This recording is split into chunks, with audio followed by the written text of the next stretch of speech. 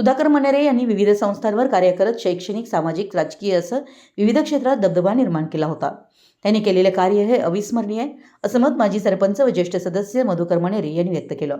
कबनूर येथील Shri D.A. Manere charitable trust संचलित चौक कुसुमताई बालमंदिर, प्राथमिक Vidyamandir, Manere high school and junior college व कुसुम ऑलिम्पियाड इचलकरंजी यांच्या संयुक्त विद्यमाने संस्थेचे संस्थापक सुधाकर मनेरे जयंतीनिमित्त आयोजित कार्यक्रमात ते बोलत होते.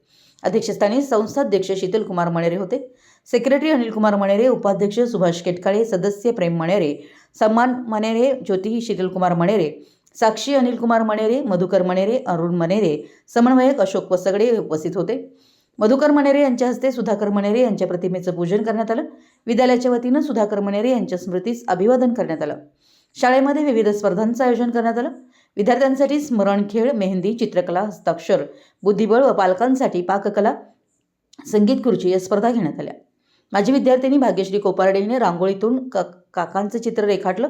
स्पर्धकांना होमी भाभा, गणित प्रज्ञा, विज्ञान प्रज्ञा, MTSC स्पर्धेतील विद्यार्थ्यांना बक्षीस देऊन सत्कार करण्यात आला. शिक्षक व विद्यार्थ्यांनी सुधाकर मनेरे यांच्याविषयी मनोगत व्यक्त केलं. स्वागत व प्रास्ताविक निवास तोडकर यांनी केलं.